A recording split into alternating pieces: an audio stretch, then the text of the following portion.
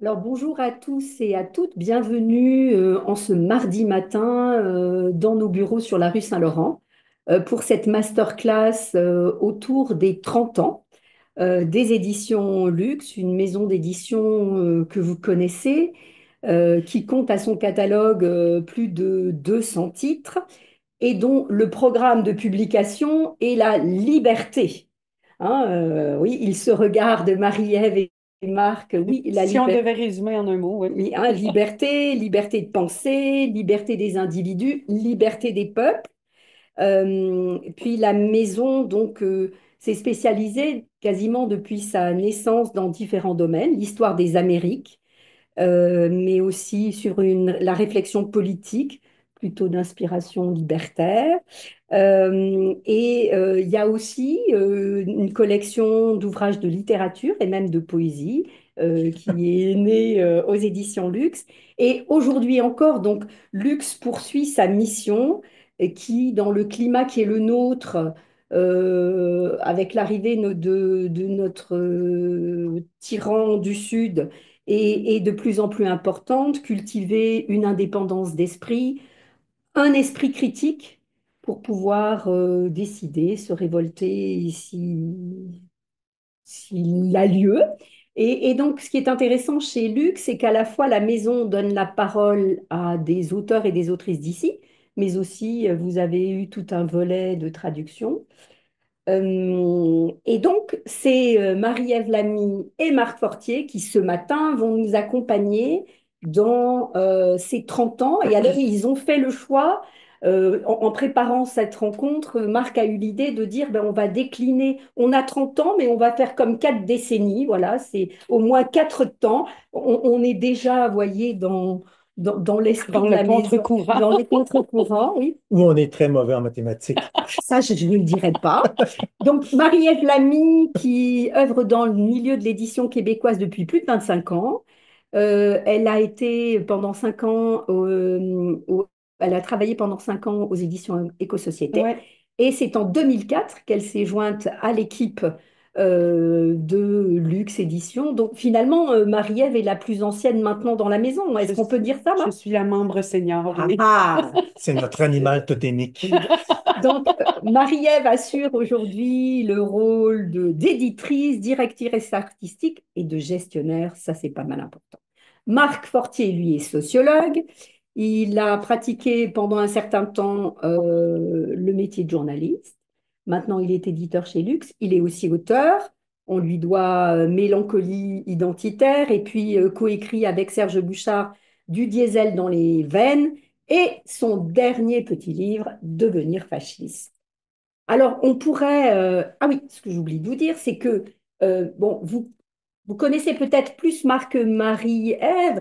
Donc, Marc a envie que ce soit le chaos, peut-être un chaos organisé. Donc, à tout moment, si vous avez des questions, vous savez que nous avons de l'autre côté de la caméra Jean-Baptiste Matler qui peut nous lire vos questions. Donc, n'hésitez pas à poser des questions, des approfondissements, les féliciter si vous voulez ou les contrarier si vous voulez. Mais donc, on va passer 1 heure ensemble et on commence tout de suite. Donc, le premier temps, c'est Il était une fois l'Amérique. Hein. C'est comme ça que vous aviez envie de donner ce premier temps avec des titres phares. Alors, je pense que c'est toi, Marc, qui va nous présenter les titres phares de cette, je ne sais pas s'il faut dire de cette décennie, non, c'est 5 ans. Donc, 95-2005. Donc, ça fait une Enfin, décennie. oui, Oui, hein? Tu es aussi bonne en oui, mathématiques que que nous. toi, oui. C'est pour ça que c'est moi la gestionnaire chez Lux. Toute seule.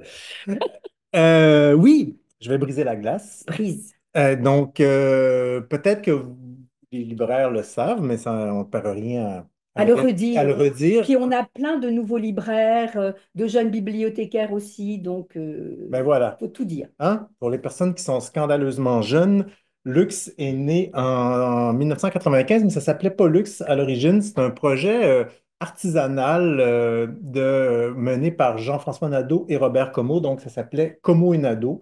Jean-François Nadeau était étudiant en histoire à l'époque. Il travaillait chez Hexagone avec Gaston Miron, où il faisait pratiquait le métier d'éditeur, mais c'était évidemment plus de l'édition littéraire.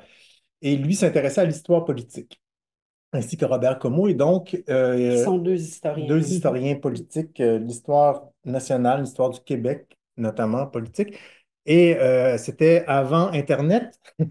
Et donc, il considérait qu'il y avait beaucoup de textes, je dis que c'était avant Internet, vous allez comprendre pourquoi, il y avait beaucoup de textes qui étaient introuvables et de Arthur Buy, peu importe, Jules Fournier, faisait partie de la culture historique du Québec et qui méritait d'être publié. Donc, c'est un peu comme ça que la maison d'édition est A née, commencé. a commencé, oui. Donc, centré sur la question de l'histoire sociale et politique des Amériques, en particulier du Québec. Il y a eu des livres avec Falardeau autour de son film le 15 février 1837. C'était le type d'ouvrage que la maison d'édition publiait. Et notamment aussi, et là, c'est peut-être un des premiers titres dont je voudrais parler, parce que c'est un titre que j'aime beaucoup personnellement, toute la tradition des relations des Jésuites ou des récits de voyage qu'on a poursuivis après, qu'on n'a pas encore lâché jusqu'à ce jour. Donc, un des premiers était le texte de Paul Lejeune, Un Français au royaume des bêtes sauvages. Moi, c'est un texte qui me tient Mhm. personnellement à cœur, mais ça, c'est parce que je l'ai lu quand j'étudiais à l'Université Laval en anthropologie, il y a de ça 3 siècles et demi. Ça a été comme pour moi la découverte de tout un monde. C'est un texte écrit en vieux français, mais au bout d'une quinzaine de pages, on s'habitue et c'est un récit très drôle. Je ne vais pas prendre 10 minutes dessus, mais ça raconte le voyage d'un jésuite, Paul le Jeune, avec les Inuits sur la rive nord du fleuve Saint-Laurent. Et donc, Paul le Jeune est irrité tout le long parce qu'il trouve que il essaie de les convertir, ça ne marche pas. Il trouve que les Inuits mangent mal. Donc, c'est vraiment une sorte de récit.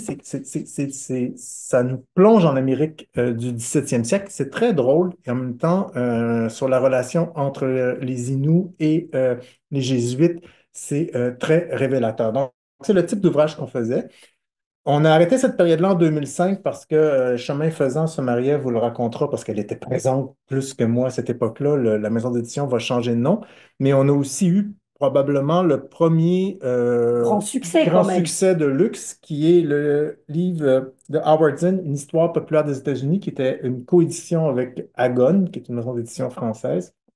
C'est quand même une grosse traduction. C'est un projet considérable pour luxe à l'époque. Est-ce que c'est Lux qui avait pris en charge la traduction ou Qui a c'est... initié, non, Non, c'était les Lucie éditions Agone qui a à initié. l'époque. Frédéric Cotton, qui est un traducteur Mais l'idée venait français. du Québec. Venait du Québec. Ouais. C'est en fait, selon ce qu'on m'a raconté, Normand Bergeon qui connaissait Howard Zinn, puis qui a dit, ah, il faudrait traduire ce livre-là. Et donc, ça s'est rendu jusqu'à Agone, mais évidemment, ça prenait les reins d'une maison d'édition un peu plus établie pour engager cette traduction-là. C'est un livre qui est vraiment, Howard Zinn est un conteur, c'est une personne, il est mort aujourd'hui, cet historien-là. Nous, on l'a rencontré parce qu'il est venu au Québec à 2 reprises faire des conférences pour Lux. Et c'était une personne extraordinaire comme individu, d'ailleurs, une sorte de sage, je dirais, Mhm. une bonne personne, avec un engagement politique exemplaire sur des décennies. Et c'est un conteur aussi. Donc, ce livre-là, c'est vraiment une histoire des luttes sociales, des luttes pour la liberté en Oui, de Amérique. ceux et celles qui n'ont pas eu beaucoup la parole. Exactement. Mhm. Et dans le contexte actuel, je dirais, là, je dis pas ça pour vendre ma salade, mais je pense que c'est vraiment un C'est un livre qui peut faire du bien à lire parce que ça rappelle la violence de l'Amérique, mais ça rappelle que cette violence-là, l'Amérique a toujours su quand même la surmonter, du moins partiellement. Il y a des rechutes permanentes, sans nous condamner à avoir des rechutes, mais Mais ça rappelle les luttes aussi, oui. les luttes populaires à travers le temps, que ce soit syndicales, des femmes, les droits civiques. Donc, évidemment, quand les périodes sont difficiles, elles viennent quand même avec des luttes qui sont quand même aussi des moments très lumineux de l'histoire, de l'histoire. Donc, Ouais, Howard Zinn, c'est vraiment un résistant. tout C'est à vraiment fait. quelqu'un qui fait de la désobéissance civile, qui a comme, tu sais, qui a découvert en fait la désobéissance civile dans la lutte pour les droits civiques, pour l'émancipation des personnes afro-américaines, des Afro-Américains aux États-Unis. Il enseignait dans le sud des États-Unis. Il les a accompagnés dans ces luttes-là. Il a continué avec la guerre du Vietnam. C'est quelqu'un qui, toute sa vie, était proche de Noam Chomsky, de toutes sortes, s'est consacré à la résistance et qui considère que ça fait partie des traits culturels de l'Amérique. Mm. Et donc, ne serait-ce que pour ça, je pense que Et c'est quand même un titre phare pour la maison parce que ça a donné une image aussi. Ce livre a eu un gros succès Oui, oui, oui, euh, puis on le réimprime encore régulièrement. Mhm. régulièrement aujourd'hui. Mais c'est aussi c'est que ça a teinté notre catalogue par la Mhm. suite aussi euh, euh, sur le plan, oui, l'histoire des Amériques, mais l'histoire par le bas. Donc, justement, une fois toujours, pas ceux des perdants, j'aime pas ça dire ça, mais plus des laissés pour compte, des grands récits historiques. Oui, de ceux qui ne prennent pas la parole ou à qui on la donne pas beaucoup aussi. Ouais, tout Voilà.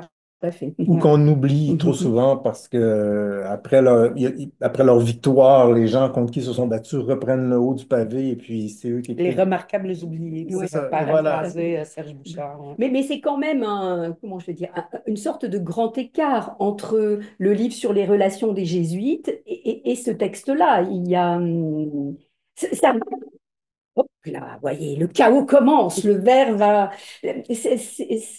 Non, vous ne trouvez pas que c'est un, Ben, ça fait, pour moi, c'est histoire, oui. non, ben, c'est pas, non, ça, Pas que histoire, ça l'histoire. serait trop abstrait, Mhm. parce que là, ça serait comme à coller une étiquette derrière laquelle on peut mettre à peu près n'importe quoi.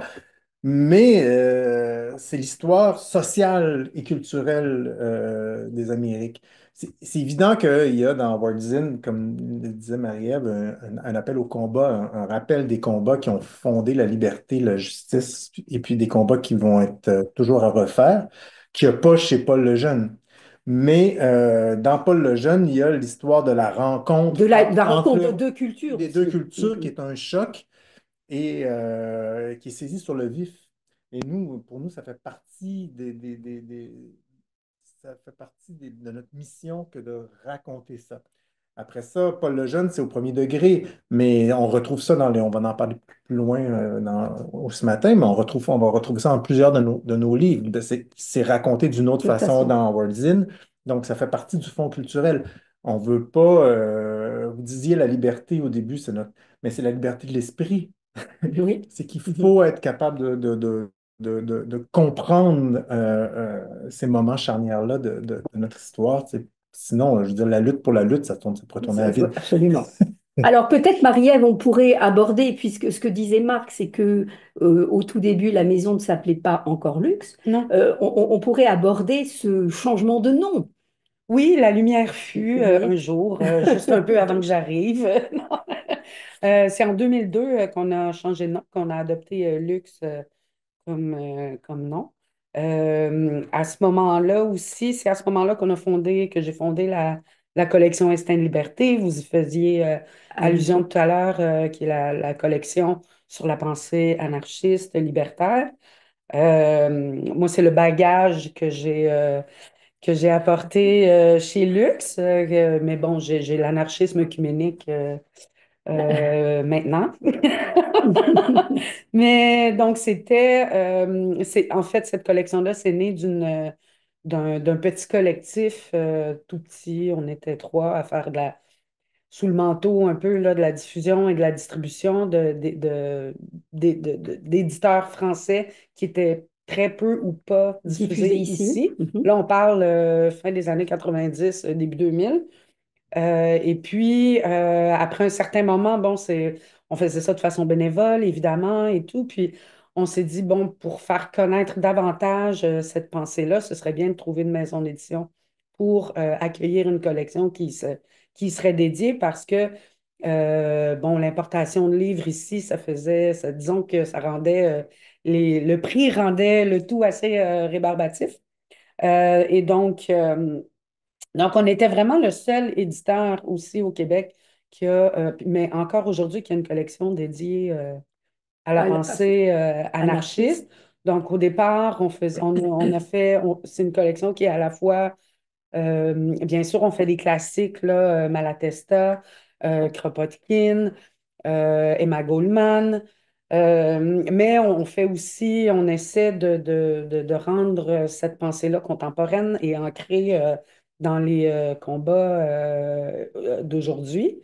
On essaie surtout de faire que ce ne soit pas qu'une collection qui soit dédiée aux hommes blancs, barbus et morts. Et donc, donc on a féminisé avec le temps la collection. Puis là, il y a tout un chantier qu'on essaie d'ouvrir aussi avec cette collection-là, de déblanchiser la collection, mais pas seulement par pur principe, là, mais aussi pour découvrir des pensées hors de l'Occident.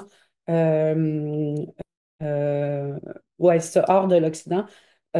Sur la pensée anarchiste, par exemple, on a fait un recueil de textes de Mohamed Sahil, L'étranger étranger, qui est un Algérien qui a été exilé en France. Donc, on essaie tranquillement, on travaille sur des textes d'un anarchiste chinois. euh, qui devrait paraître là, probablement en 2026. Donc, c'est dans cette collection-là. Francis Dupudéry est un moteur aussi beaucoup, à la fois parce qu'il a publié quelques livres, les Black Blocs, par exemple, qu'on a Mhm. réédité plusieurs fois, mais aussi L'anarchie expliquée à mon père, également le livre L'anarcho-indigénisme. Donc, mais c'est aussi un auteur qui nourrit beaucoup la collection par ses idées. Euh, et voilà. Donc, c'est la collection Instinct Liberté. C'est dans cette collection-là que est paru à l'origine le livre de Normand Baillargeon, Le petit cours d'autodéfense intellectuelle, qui est peut-être un peu notre deuxième premier Livre best-seller, best-seller, notre ouais, ouais. Notre deuxième premier, on continue sur notre lancée de grands mathématiciens. Oui. best-seller. Donc, moi, quand je suis arrivée chez Lux, le travail d'édition Commencez. était déjà commencé. Bon, évidemment, Normand, c'était un ami de la maison. C'est lui, entre autres, qui nous a dirigé le petit collectif d'édition dont je parlais, de diffusion, qui nous a dirigé vers Lux en disant ce serait bien de travailler avec eux pour la collection Instinct de Liberté. Il faisait déjà des chroniques au devoir un peu anarchisantes. C'était un peu le libertaire du Québec là, à l'époque. Donc, ça a été vraiment un livre Un livre très important quand très même. important qui vraiment un succès inespéré. Les réimpressions, les premières années, en 6 réimpressions, on a fait à peu près 20 000 exemplaires. C'était Est-ce que au moment où ce succès a commencé, est-ce que vous avez dit, mais est-ce que vous étiez surpris, hein? Et qu'est-ce qui vous a semblé, est-ce que ça touchait des préoccupations de l'époque?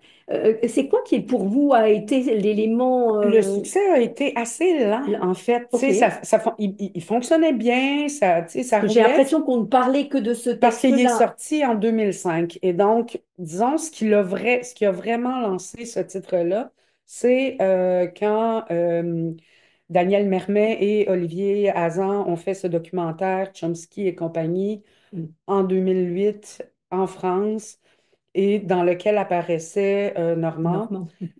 C'est vraiment ça qui a lancé le livre. Donc, en France, c'est là que ça s'est mis à marcher du feu de Dieu.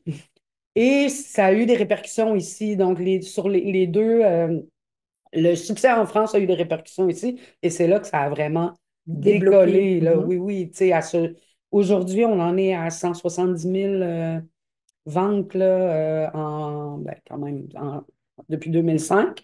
Puis Au dé- une douzaine de traductions Ah, c'est en extraordinaire. différentes Quand ça a langues. Donc, décollé en France, on n'avait pas de réseau de C'est ce diffusion-distribution que en France. j'allais vous demander. On était à la Librairie du Québec à Paris et donc les libraires partaient en métro parce qu'il y en avait 2 exemplaires. Puis là, ça s'est mis à vraiment. Bon, les libraires savent ce que c'est quand un livre se met à vendre. Donc, mais c'était inattendu pour eux aussi. Donc, ils se vendaient. Donc, ils partaient en métro acheter ça à la Librairie du Québec pour ramener ça à leur librairie. Et c'est à partir de ce moment-là qu'on a commencé à réfléchir À à votre diffusion en diffusion en France. France. exactement. Et donc, ça nous a servi beaucoup de cartes de visite d'ailleurs comme livre.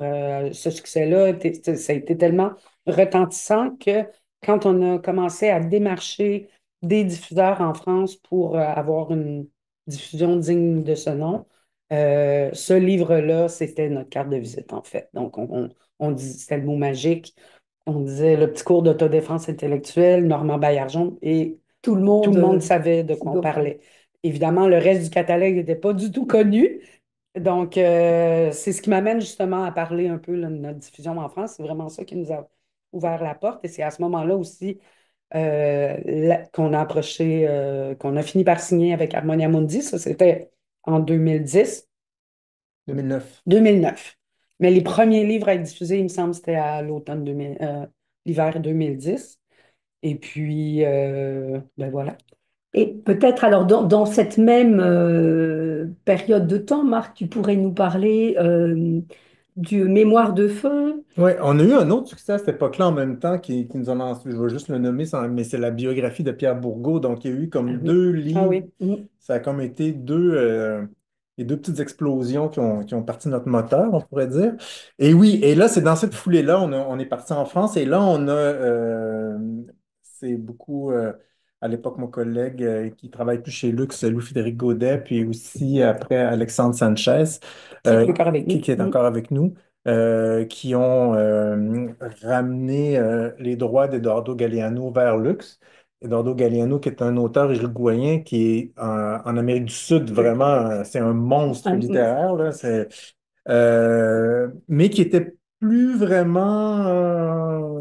L'édition francophone se souciait plus de lui, donc il était comme laissé la terre est en jachère, et nous, on a comme récupéré les droits d'Eduardo Galeano et qui s'inscrit parfaitement comme auteur Dans votre dans catalogue. notre catalogue de l'histoire vue d'en bas, de l'histoire des remarquables oubliés et de l'histoire sociale et culturelle de l'Amérique avec sa violence, ses luttes pour la liberté, sa beauté, avec une touche particulière qui est une des marques, en tout cas, j'allais dire une des marques de commerce de luxe, mais un de nos soucis, je veux dire, parce que c'est un travail qui est vraiment toujours à recommencer, c'est-à-dire une touche littéraire. Mm, c'est ce Euh, que j'allais dire. Galeano, pour moi, dans mon cœur, Mémoire du feu, c'est un chef-d'œuvre de la littérature Littérature. mondiale. C'est probablement le seul dans notre catalogue qui pourrait avoir ce titre-là si on veut pas, si on prend au sérieux ce qualificatif-là. C'est vraiment une courte pointe de l'histoire de l'Amérique. C'est fabuleux. C'est toute l'histoire de l'Amérique des origines précolombiennes, on pourrait dire jusqu'aux années 80. Il a écrit ça en exil parce qu'il y avait une dictature en Uruguay.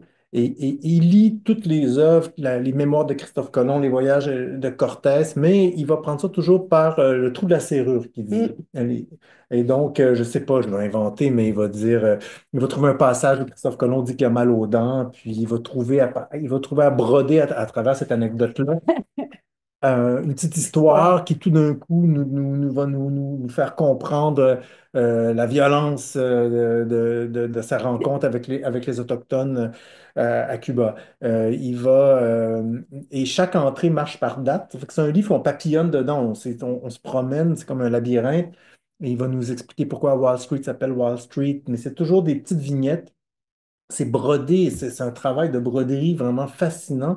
Et donc, Galliano, c'est ça sa méthode. Il va s'emparer des mythes, des cultures, des fables, il va les coller à des événements politiques, il va réussir à fusionner tout ça dans un texte qui a toujours une valeur expressive forte, qui est beau, mais qui en même temps nous fait rentrer dans l'âme, la chair et l'histoire de l'Amérique. Ces livres n'ont pas tous la même force quand même. Nous, on fait tout son programme parce qu'on est attaché à lui. Mais il y a des livres comme Mémoire du feu qui, comme je disais, à mon avis, un chef-d'œuvre de l'histoire mondiale de la littérature.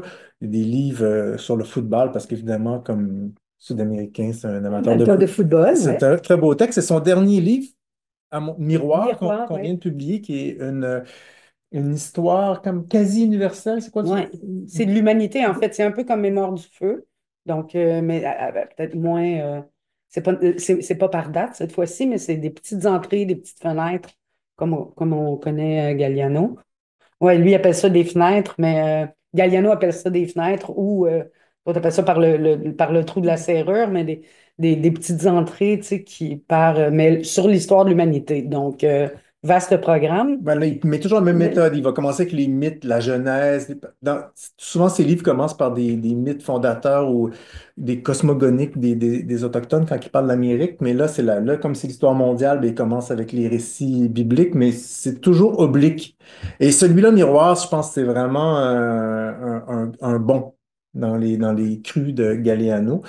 Ça vaut la peine de se mettre le nez dedans. Et d'ailleurs, à ma grande surprise, parce qu'il n'y a pas beaucoup de presse, non. on a Mais réussi c'est le bouche à oreille fonctionne, là, hein. au Québec, oui, on a vraiment réussi à créer, à constituer un petit public, un lectorat pour Galliano. Évidemment, là, on ne parle pas des ventes de Jeannette Bertrand, mais quand même, ça a été une belle surprise de cet hiver pour moi de dire, ah, tiens, ben, il y a des gens qui lisent Galliano. On a réussi à créer un lectorat de Ouais. Galliano parce qu'un éditeur, c'est ça, c'est pas juste quelqu'un qui répond à la demande, c'est que on faut la créer. Et il y a aussi la volonté de faire découvrir des auteurs et des autrices. Et Exactement. il y a aussi ça quand même. C'est pas que répondre à une demande ou un courant d'idées, mais c'est des auteurs qui vous touchent et que vous voulez faire Oui, c'est un découvrir. partage aussi, là, Mhm. parce qu'on fait des coups de cœur aussi, on fait pas ça. Tu sais, Galeano, par exemple, toutes ses œuvres se sont pas vendues de façon toutes égales non plus, mais pour nous, Vous c'est comp- presque chaque fois un coup de cœur, puis c'est un appel du cœur aussi. Mhm.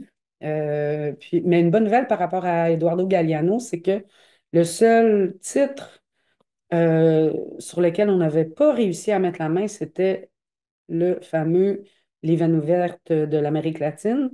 Et là, bien, on peut C'est fait. annoncer en grande pompe ici, dans les locaux de Madrigal, Une primeur. une primeur. Wow. On a réussi à mettre la main dessus, donc fin 2026 ou début 2027, on va faire une édition spéciale, en fait, Superbe. des veines ouvertes de l'Amérique latine. Oui, vas-y. Oui, non, est-ce que je me tourne vers Jean-Baptiste? Il y a des questions, Jean-Baptiste? Bon, alors n'hésitez pas à vous réveiller et à poser des questions. Marie-Ève et Marc sont là pour y répondre. Alors peut-être on peut passer à une troisième étape.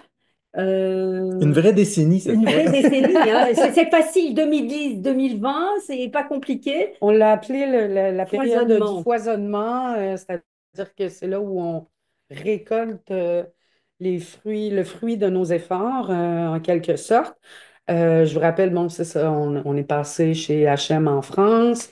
C'est que ça a été, ça a été un saut qualitatif et quantitatif important pour Luxe parce que je vous rappelle qu'à l'époque, il y avait, je pense qu'on était le premier éditeur québécois à avoir une telle diffusion Diffusion, oui. en France et ça a demandé un investissement de ressources, de temps et d'argent considérable. Plusieurs nous prédisaient un échec Ils se sont trompés, et ils se les sont oiseaux de trompés. mauvaise augure. Ils ont été nombreux à faire le saut, Eux aussi, eux après, ils ont aussi pris pied. après. Mais ça nous a permis, en fait, plusieurs choses. Vous parliez tout à l'heure des traductions, par exemple. Donc, avant d'avoir une diffusion digne de ce nom, euh, les traductions d'auteurs ou d'autrices non canadiens les coûts étaient prohibitifs. Et on n'avait pas nécessairement les reins assez solides pour porter ces projets-là seuls. Donc, soit on en faisait peu, soit souvent on devait traduire, faire des coéditions avec des éditeurs, avec des maisons françaises. Et puis, ce que ça nous a permis, étant donné les- on doublait pratiquement les tirages, ça nous a permis de prendre plus de risques. Et donc, d'avoir les reins plus solides et donc de pouvoir prendre plus de risques sur notamment les traductions. Donc, c'est là, entre autres, qu'on a commencé à traduire Chris Hedges, par exemple et à traduire plus aussi d'auteurs non canadiens. Et puis, le fait qu'on se soit de plus en plus établi en France, parce qu'au départ, chaque fois qu'on avait, par exemple, un papier dans les médias, c'était toujours un peu, euh, ce qui revenait souvent, c'était, ah, vous voyez, c'est publié chez cette petite maison d'édition québécoise, Luxe. Eh bien, maintenant, aujourd'hui, on n'a plus ce genre de commentaires-là. Je veux dire, on est reconnu par nos pairs en France, à un point où maintenant, On vous sollicite. on est de plus en plus sollicité par des auteurs et autrices françaises qui veulent publier chez nous. Oui, ils en avaient publié ce printemps, là. Thibaut Prévost. Oui. Oui, Thibaut Prévost, par exemple, sur Les Prophètes d'Élia, c'est un Mm. auteur français. Mais il y a eu, parce que ça m'amène aussi un peu à parler de la collection Lettres libres, qui est un peu une collection, je pense, visuellement la plus, à l'identité la plus forte chez Luxe.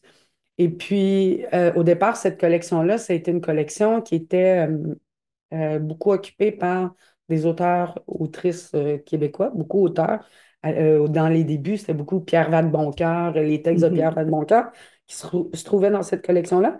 Et puis, on a commencé donc à introduire plus d'auteurs, autrices françaises, dont Gwenola Ricordo, qu'on a publié en 2019, qui était en fait son livre Pour elles toutes. Mhm.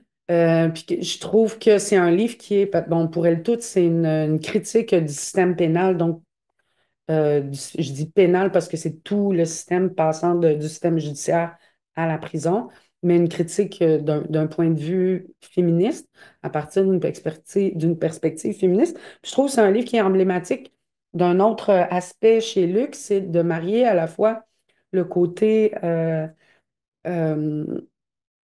militant et le côté un peu universitaire aussi, qui fait on a le pied un peu dans les pieds dans les deux mondes. Euh, Gwenola Ricordo elle-même est universitaire, elle est prof à l'Université de Chico, elle est française, mais dans une université américaine. Et puis, mais elle aussi, elle est très ancrée dans les mouvements féministes et abolitionnistes de la prison en France.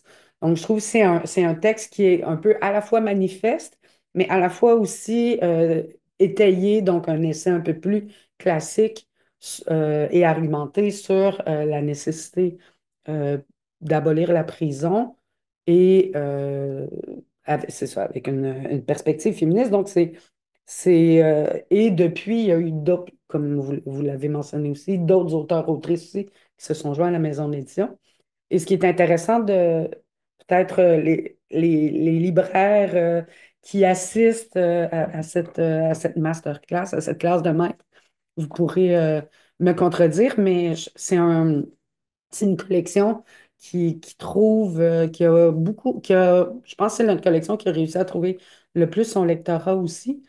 On s'est fait dire par plusieurs libraires que des acheteurs, acheteuses viennent en librairie, ils sont abonnés à cette Cette collection. collection-là, que peu importe le titre qui sort, ils arrivent, ah, il y a un nouveau lettre libre, ils le prennent. Et Ça, c'est une belle reconnaissance quand même, je hein. pense que Ben oui. oui, la collection, elle roule vraiment bien. On le voit. C'est très, très rare que. Là, j'ai pas de chiffre en tête, mais comme un seuil. Il n'y a pas de bid possible avec ces livres-là. Tu sais, quand ça marche lentement, ça marche quand même pour le bien. Donc, ça prouve que, il y a vraiment comme un lectorat fidèle à la collection qui reconnaît juste on en a un, Oui. c'est ça, c'est la couverture. La facture La facture de la est très couverture très reconnaissable. reconnaissable et qui, bon, il y a eu plusieurs titres, il y a eu quelques livres d'Alain Deneau comme La Médiocratie qui ont vraiment fonctionné. Francis Dupuy-Derry qui a fait son livre Panique à Panique à l'université, l'université. entre autres, oui. Entre autres, le mien, donc D'Aliane Amian, La La Société de Société de Provocation, qui provocation. a été ça a été aussi une Mhm. belle surprise. Oui. Ce livre-là, on ne pensait pas qu'il allait fonctionner autant. On a beaucoup de succès chez Lux, mais à chaque fois, c'est une surprise. On appelle ça la gestion par le miracle. Ouais. Parce que on peut pas C'est vraiment. un nouveau cours à l'université, à mon avis, Marie-Ève. Au HEC, oui, la Ouais, gestion par le ouais, miracle. c'est ça. Premier cours mécanique opératoire du miracle. Mais c'est vraiment, avec le type de livre qu'on fait, on peut voir qu'est-ce qui peut marcher un peu. On voit qu'on a certaines collections qui ont leur lectorat, mais pourquoi tout d'un coup, d'Aliane Amiand, la Société de provocation, Mhm. ça marche autant, ça, on peut pas le savoir. Bon, il n'y a aucun éditeur qui est ici, mais quand on fait des essais littéraires, puis des essais historiques, et des essais politiques, évidemment, c'est encore plus miraculeux. Mais ça arrive souvent, donc, mais à chaque fois, c'est une surprise. Oui. Ordure, le journal de La Vie d'Envers, Ça, on c'est se dit, Ça, une très, très grosse qui est dans cette, surprise. qui est qui dans est dans cette cette collection. collection. Et voilà, on savait que ça marcherait, mais là, À ce à ce niveau-là. niveau-là, non. Et donc, c'est une surprise. Donc, voilà, c'est un métier surprenant. Euh, Peut-être, Marc, tu pourrais nous parler de Sœur Volée? Oui, ça, c'est un livre d'Emmanuel Walter qui est Oui. paru en 2014. Là, j'ai pas pris la date en note, puis comme je suis vieux, j'ai la moitié de mon cerveau qui fonctionne, mais bon, à peu près dans ces eaux-là, 2014-2015. Euh, je voulais en parler parce que c'est un livre sur les féminicides des femmes autochtones au Oui. Canada. Et quand Emmanuel Walter nous a présenté ce projet-là, au début des années 2010, euh, personne ne parlait des Autochtones. C'est vraiment curieux comment... Surtout pas des Des des féminicides. féminicides. Non, En tout cas, on parlait pas, ce mot-là n'était pas utilisé utilisé du tout. pour parler de l'assassinat et de la dispersion des Des femmes femmes. et filles Et autochtones. donc, personne ne parlait des Autochtones, et grâce à Lux, tout le monde s'est mis en... Non, c'est pas ça que je voulais dire. Ce que je voulais dire, c'est que je me souviens d'une éditorialiste qui m'avait dit, j'avais croisé dans un lancement, qui m'avait dit, ah, moi, sur tous les éditoriaux que je fais, sur tous les sujets, j'ai toujours plein de courriers, mais quand je fais un texte sur les Autochtones, je reçois Aucun. aucun message. Et là, Emmanuel nous arrive avec ce sujet-là. Emmanuel est une journaliste française. Elle nous dit, moi, je vais faire une enquête, je vais aller voir des familles autochtones dont les filles ont disparu, puis je vais faire une enquête là-dessus. On s'est dit, mais là, déjà, les Autochtones, quand on arrive chez eux, c'est pas ça prend du temps à créer des relations. Toi, t'es française, on dit, comment tu vas faire ça? Mais puis là, puis ça prenait de l'argent parce que c'était quand même du temps, une enquête. Et ça, on s'est dit, là, on va en vendre 200, mais on a décidé de le faire parce qu'on trouvait le sujet intéressant, on trouvait Emmanuel Walter compétente et elle avait des contacts. On a vu qu'elle serait capable de faire un texte. Et par un concours de circonstances qu'on ne pouvait pas prévoir, tout d'un coup, l'opinion publique est devenue... il y a eu I Don't Know More. En fait, les, Oui. les Autochtones se sont arrangés, surtout les femmes autochtones, pour occuper plus de place dans l'espace public. Et ce livre-là était bien fait et a trouvé son lectorat. Et donc, c'est vraiment une enquête. C'est un livre dur là, quand même, là, sur un sujet difficile. Mais Emmanuel Walter a réussi à se lier d'amitié avec euh, Avec des familles. des familles autochtones. Là, parce que je le trouve assez Atikamekw. Je veux pas dire de niaiserie. Ouh. Et donc, donc, c'est ça. Ça, c'est vraiment une belle histoire parce que c'est un projet qu'on était convaincu qu'on se faisait à perte et qui finalement, le livre a bien fonctionné et c'est une cause qui est importante et ça a été un travail sérieux de journalisme d'enquête, mais aussi un travail d'amitié avec des familles autochtones et donc, ça, c'est le type de projet, c'est une histoire heureuse, puis c'est le type de projet que Lux peut mener, en fait, et qui n'aura probablement pas été mené par d'autres maisons d'édition à cette époque-là. Ben, peut-être. Ben, c'est surtout que le métier d'éditeur est aussi une prise de risque, là, évidemment, mais nous, ça faisait longtemps aussi qu'on avait envie de faire un livre où est-ce que, par exemple, une enquête, tu sais, qui pourrait être un long papier dans un média traditionnel, mais qu'on voulait, par exemple, envoyer un ou une journaliste sur le terrain faire une enquête sur un sujet X. Puis, mais comme Marc le disait, tu sais, ça prend des moyens, tu sais, je veux dire, Tout à fait, oui, la oui. personne, elle doit vivre aussi, là, de... Et Ça lui a puis, pris c'est... combien de mois pour faire cette enquête, vous vous en Je souvenez? pense que ça a pris il y a Plus 2 ans. 2 ans. Ah oui, quand même, oui, mais Ouais. c'est... Ouais, parce qu'il fallait qu'elle gagne sa vie à Eh oui. travers tout ça, là. Mhm. C'est pas on a investi, mais pas suffisamment pour la nourrir et nourrir ses Mais c'est tout enfants. le lien de confiance qu'elle Mais c'est ce devait que j'allais créer. dire, parce que C'est le lien de confiance... en raison du sujet, ouais. évidemment, puis le lien de confiance. Puis, donc, c'était la première fois qu'on faisait ça aussi. Puis ça faisait longtemps qu'on voulait le faire. On s'était dit, OK, là, on a les liquidités, on le fait. Puis, mais c'est quelque chose qu'on voudrait faire plus à l'avenir. Au-delà de simplement, par exemple, offrir une avance ou, tu sais, mais de vraiment payer quelqu'un. Accompagner la recherche. Mais Bon, c'est pas évident. C'est pas facile. non, Non. absolument. Parce qu'il n'y a pas d'argent pour ça, pour les essais. Bon, ça serait une autre histoire, là. Pour l'essai littéraire, il n'y a aucun financement, c'est pas considéré.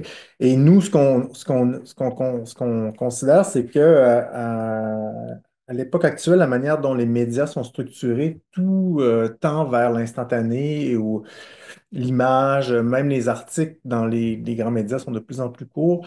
Et on pense que le livre Peut apporter plus. peut apporter quelque chose qui est comme le grand magazine américain fait, mais peut-être un peu plus et offrir un espace justement de pause et puis de possibilité d'aller vers le monde en prenant le temps de le faire. Donc, on se disait, là, dès cette époque-là, on se disait, ah, les enquêtes, ce serait vraiment un créneau intéressant. Mais c'est ça, c'est pas pour rien que ça se fait plus dans les grands médias. Ça coûte cher.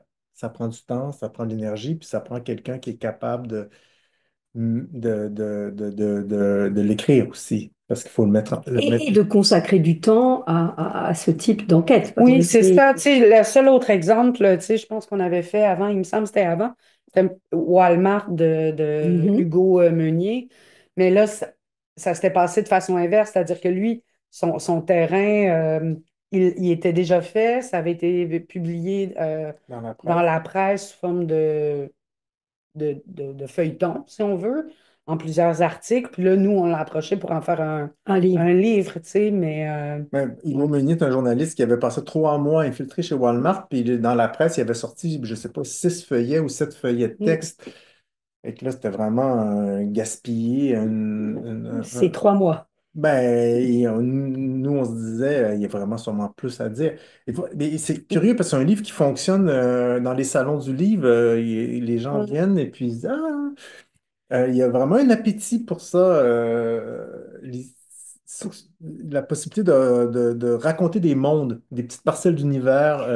Je peux donner un autre exemple là, sur un livre sur lequel on travaille actuellement. Émilien Bernard, qui est un auteur et journaliste français, on a publié Forteresse Europe de lui. Il est donc, on l'a envoyé, ben, ça faisait partie du projet, mais on l'a accompagné financièrement pour ça. Donc, l'idée, c'était d'écrire un truc sur la frontière Mexique-États-Unis. Mhm. Donc, il est allé. Là, le livre va prendre probablement une autre tangente parce qu'il a dû changer ses plans. Je pense que ça faisait à peine 3 semaines qu'il était là, même pas. Il s'est fait arrêter, il a été expulsé à la frontière par la police des frontières. Donc, mais bon, enfin, donc on change, on Mais change vous l'angle. êtes dans cette veine-là de Oui, l'expérience. voilà. Mais là, ça va devenir les mésaventures d'un journaliste En pays Trump. catapulté des États-Unis, mais ça va être plus Un tragico-comique. peu plus gonzo. Ouais. Mais l'idée, c'est d'aller sur le terrain. Mais ça fonctionne. Ordure, par exemple, c'est ça qui fait que ce livre-là Tout à fonctionne. fait. C'est que tout d'un c'est bon, et l'auteur est un personnage en soi, le vidangeur, mais il, il, Il ra- rend compte il rend compte d'un monde que tout le monde voit encore, qui est comme on voit sans voir, donc qui est invisible pour prendre un mot à la mode. Et puis, ça intéresse les personnes de se faire raconter ces histoires-là, puis de découvrir de quoi est fait le monde qui les entoure. Parce qu'on est vraiment dans une Mm. société où on a substitué des fantasmes à la réalité. Et puis, je pense que la sensibilité des gens est attachée à ce type de récit. Alors, on pourrait franchir la dernière étape. Vous l'avez appelé émotion forte. Alors, c'est même pas une décennie, c'est de 2020 à aujourd'hui. Là, je Ouais. sais compter, hein, tu vois. Euh, donc, émotion forte, c'est Covid, le décès de Serge Bouchard. Ouais. Peut-être, Marc, alors tu pourrais parler du peuple rieur. Ouais, le peuple rieur qui est paru un petit peu avant. Oui, on appelait ça émotion forte parce que 2020, ça a commencé avec La la Covid. COVID qui a été un choc pour tout le monde. Mais moi, je me souviens, au mois de mars, on s'est dit, bon, est-ce que ça veut dire qu'on fait plus de livres jusqu'en décembre? Mhm. Sur le coup, ça s'est présenté comme un terrible problème économique. Finalement, pour le monde du livre, ça Ça a peut été être plutôt une bonne période. une bonne période, oui. Et puis pour nous, ben, ça a été aussi un choc après parce que Serge Bouchard, qui était quand même un auteur important chez Lux, qui est un ami pour moi, avec qui j'ai écrit un livre, est mort. Marie-Christine est morte aussi. Et émotion forte aussi parce que dans la foulée, on a eu une série de best-sellers. Ben, des livres de Serge, on en a vendu beaucoup, évidemment. Puis après ça, on a eu Rue Duplessis, puis on a eu Ordure. Donc, c'est comme une période effervescente. J'ai mis Le Peuple rieur dans la liste. C'est un livre de Serge et Marie-Christine qui est paru un petit peu avant, Avant, mais parce que Ça a été le dernier, dans le fond, de Marie-Christine, non? c'est le Avec dernier. lequel Serge Ouais, on a publié Ils étaient l'Amérique, mais c'est une œuvre posthume. Marie-Christine, comme était c'était décédé. était on décédée. va dire Marie-Christine Lévesque, hein, Oui, pour pardon, ceux désolé. Oui, qui... là, on rentre dans l'intimité. Oui, là, c'est ça. Serge et Marie-Christine, Serge Bouchard et Marie-Christine Marie-Christine Lévesque, Lévesque. qui est un couple dans la vie et qui ont publié chez Lux ensemble Les Remarquables Oubliés, les trois titres. Elles ont fait l'Amérique, ils ont couru l'Amérique, ils étaient l'Amérique. Trois livres qui continuent de se vendre et qu'il faut continuer de vendre parce que c'est vraiment des livres importants. Il ne faut pas oublier Serge Bouchard. Ça serait quand même triste que l'auteur des Remarquables Oubliés soit oublié lui-même. Et qui ont publié ensemble Le Peuple rieur, qui est le sous-titre, c'est Hommage à À mes mes amis amis, nous. Inuits. Serge Bouchard avait une longue relation d'amitié avec les Inuits. Parce qu'il avait fait son Il terrain s'est fait d'anthropologue. Oui, c'est ça. D'ailleurs, Joséphine Bacon dit qu'elle lui doit beaucoup aussi, Oui, hein. oui, c'est des grands amis. Ils ont Ouais. travaillé ensemble dans les années 70. Serge a fait son terrain à Quanichit-Mingan auprès des Inuits. Et les anthropologues, souvent, moi j'ai étudié en anthropologie, ils font leur terrain, ils vont, ils partent. Mais Serge est vraiment devenu ami. Quand Serge est mort, je me souviens plus du nom, je suis désolé, mais une poétesse des Quanichit-Mingan qui était interviewée à Radio-Canada. Et puis là, l'animateur lui dit, il parle de Serge, la mémoire. Et puis, il lui dit, ah, c'était un allié. Puis elle répond, elle dit, non, c'était un ami. Mhm.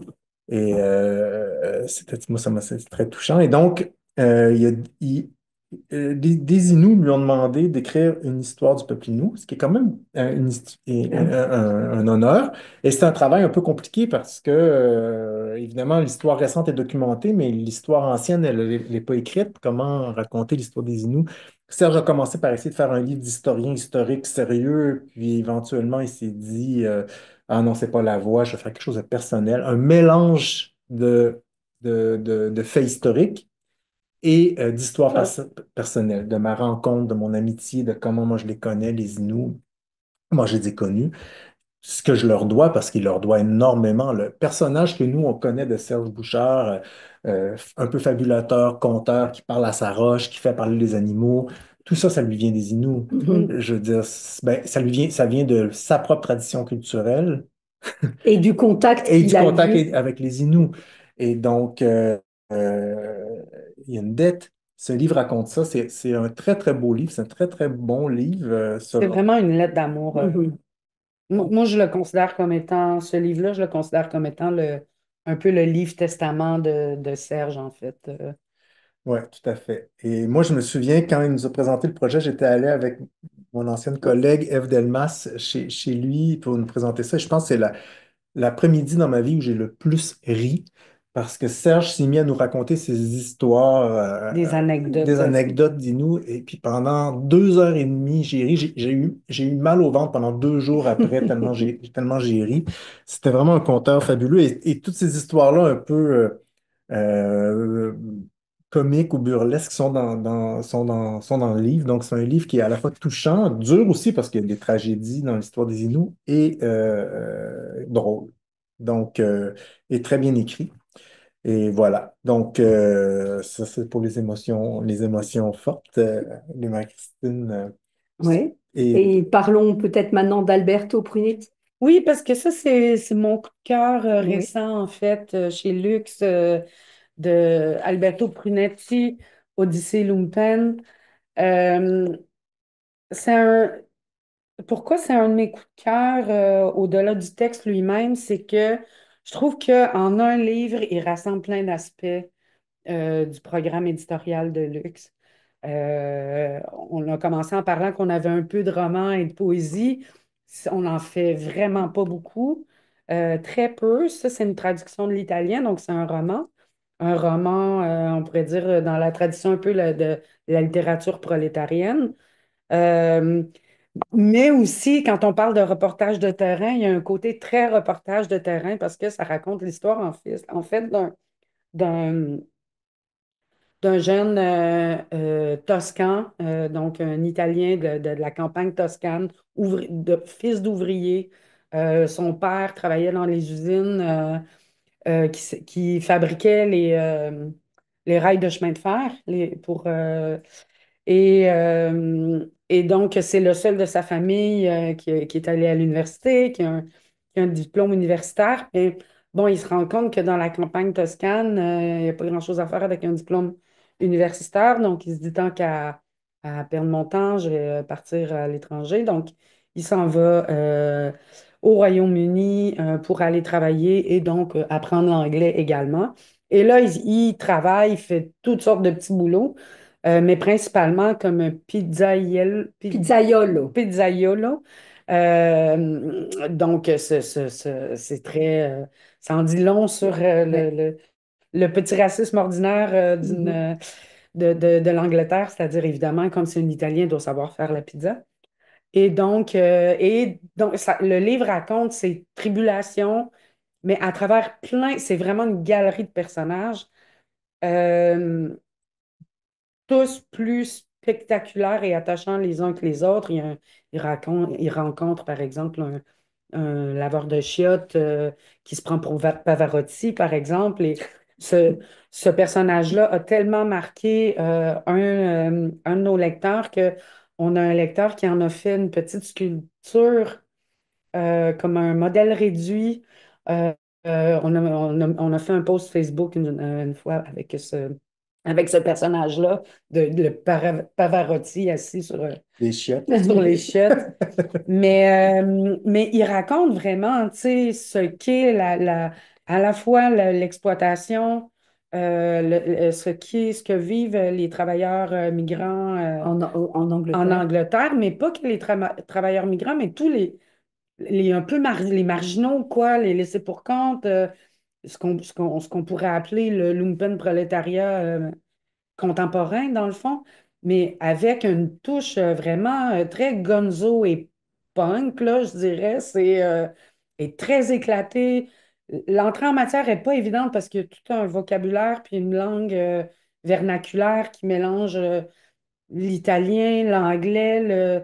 Donc, au début, faut se faire, mais une fois qu'on a pris, qu'on rentre dans le récit, euh, en tout cas, moi, ça a été vraiment mon coup de cœur.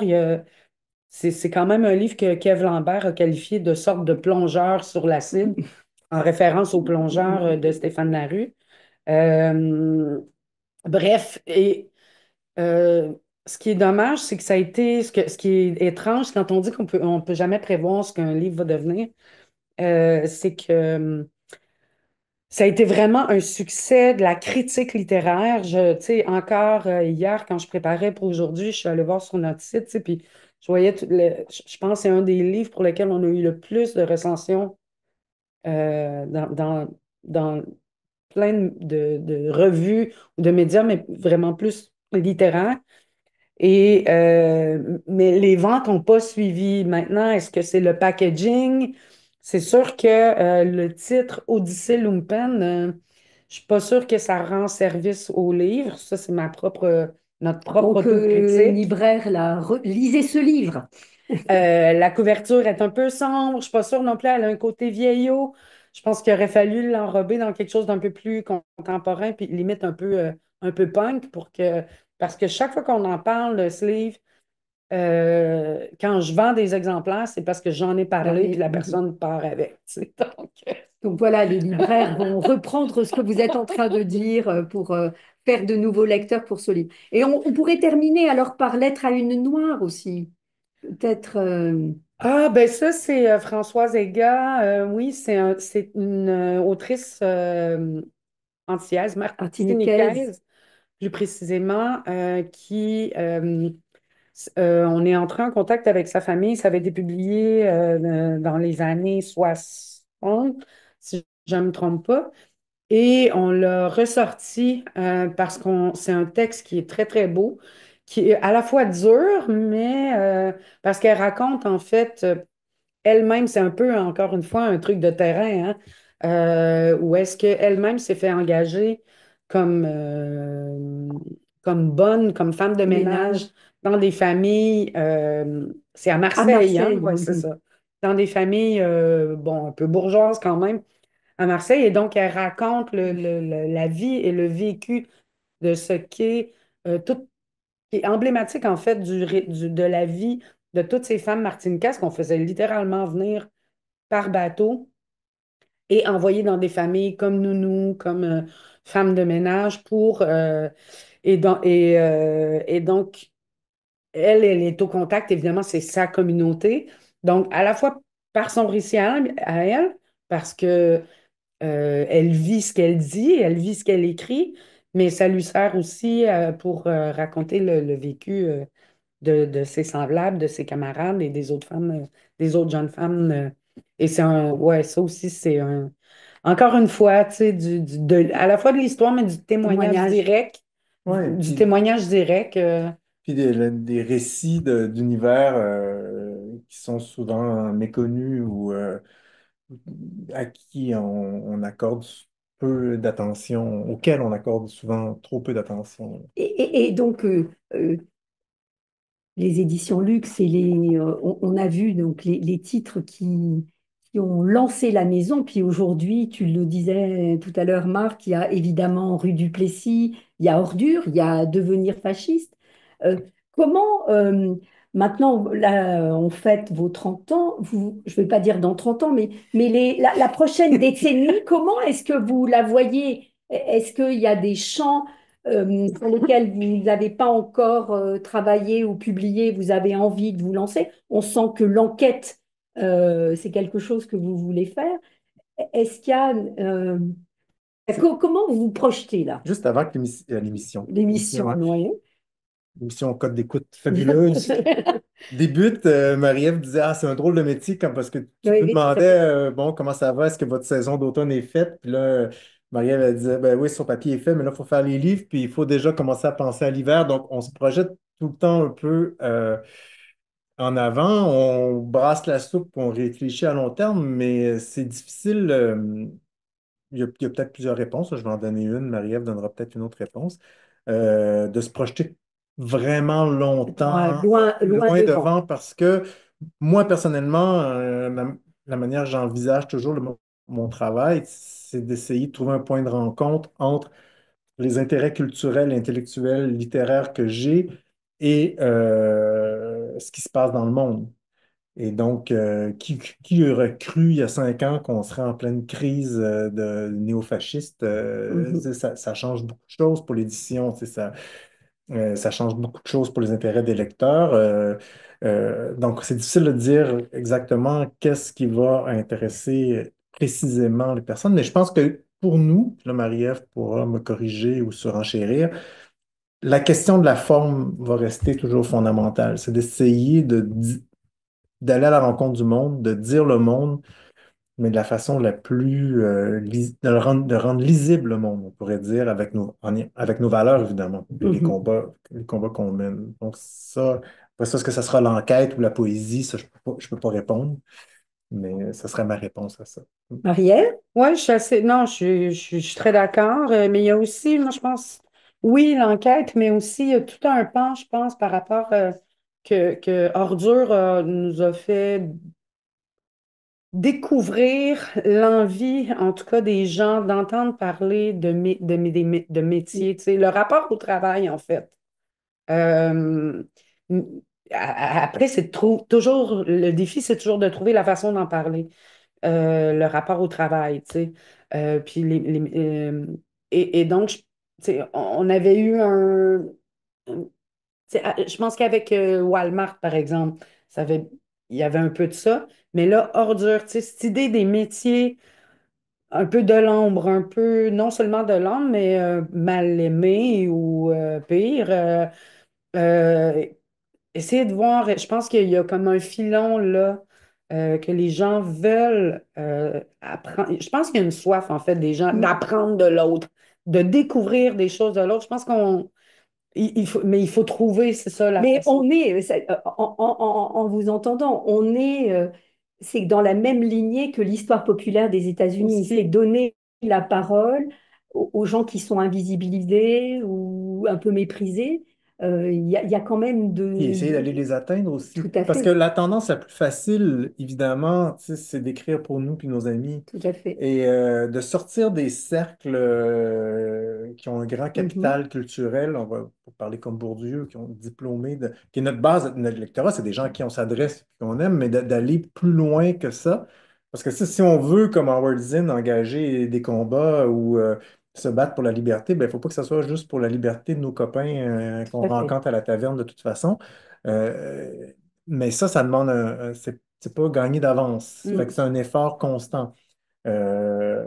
Fait qu'à chaque fois qu'on peut, des fois c'est un large public comme ordure, des fois ça peut être comme une carotte, comme on dit, Oui, quand on fait le trou dans un arbre, ça peut être mais il y a très des étroit, mais lecteurs pour ces livres-là aussi. oui, mais ça peut être d'autres lecteurs qui Tout à sont fait. moins nombreux, mais qui sortent des cercles habituels parce qu'on on fait pas ce métier-là pour se parler à nous-mêmes Mhm. et à nos semblables. On fait ce métier-là pour essayer de parler au plus de personnes différentes possible. Ordure, moi, quand je me fais dire, quand on reçoit des messages de personnes qui disent j'ai lu le livre à mon copain qui est analphabète le soir. Ouais, Et là, je me dis on a On a réussi, touché c'est quelque quelque on a chose. chose. réussi notre année. Tout à fait. Mm. Ça fait que ça, c'est comme ça. Après ça, comment le faire?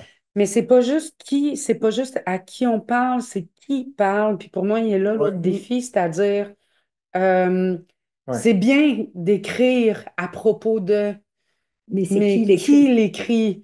Puis pour moi, en tout cas, pour moi, chez Lux, mais en général, je pense il est là, encore là, le défi. Tu sais. Je pense qu'il y a des éditeurs qui font un travail extraordinaire à ce niveau-là. Tu sais, je pense aux éditions à l'Anorax avec les Premières Nations. Je pense à René Saint-Éloi et Mémoire d'Encrier, tu sais, pour les voix issues des Caraïbes, afrodescendantes, des Antilles. Euh, là, je pense, il est là notre défi. Mhm. Où est-ce que c'est pas évident, tu sais, comment on fait pour aller chercher ces voix-là? C'est ça. Est-ce que, avant de terminer, est-ce qu'on a des questions, Jean-Baptiste? Toujours pas. Bon, alors, mais Ou vous bien pouvez. on est très clair, ou bien tout le monde est Très endormi. assommant, ouais. Non. À savoir quelle taverne tu fréquentes. Donc, les gens ne sont pas si endormis que ça, tu vois, Marie. Mais peut-être, alors, je veux remercier donc Marie-Ève Lamy et Marc Fortier pour cette heure passée ensemble. C'est passionnant. Et puis, en terminant, euh, je voudrais juste lire un petit passage de ton livre qui, je trouve, dit beaucoup de ce que vous êtes et de ce qu'on vient de vivre pendant une heure. Alors, tu me permets ça, Marc, Mais de lire? oui, je vais Alors, rougir, mais c'est pas grave. oui, parce que mon pauvre, ma vie est un véritable calvaire. Je vieillis, je fatigue, je doute. Ma démarche était honnête. La perspective de me laisser porter par le vent m'apaisait. Y renoncer aura un coût. Que vais-je devenir maintenant? Quelle est l'alternative? C'est la question que je me posais le soir du 5 novembre 2024, alors que tous les libéraux, tous les démocrates, tous les progressistes, tous ceux et celles qui écrivent, parlent et savent, retenaient leur souffle en assistant à la victoire de Donald Trump. Le démocrate, songeais-je, ne respire plus, il soupire, il expire, il s'accroche à la moindre bouffée d'air. Il vit dans la hantise de rendre son dernier souffle. Mais est-ce une raison suffisante pour l'abandonner? Il vaut mieux subir une injustice que la commettre, soutenait Socrate. Ce sage avait aussi choisi de mourir au milieu des siens plutôt que de survivre dans la solitude d'un exil. Or, l'autoritarisme ne promet rien d'autre que cette désolation. Alors, vous êtes là pour dire autre chose. Donc, on vous remercie beaucoup.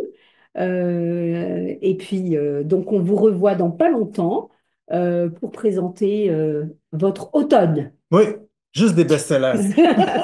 Ben, en tout cas, merci à tous et à toutes qui nous avaient écoutés ce matin. Je remercie Jean-Baptiste à la technique et puis on se retrouve très bientôt. Au revoir.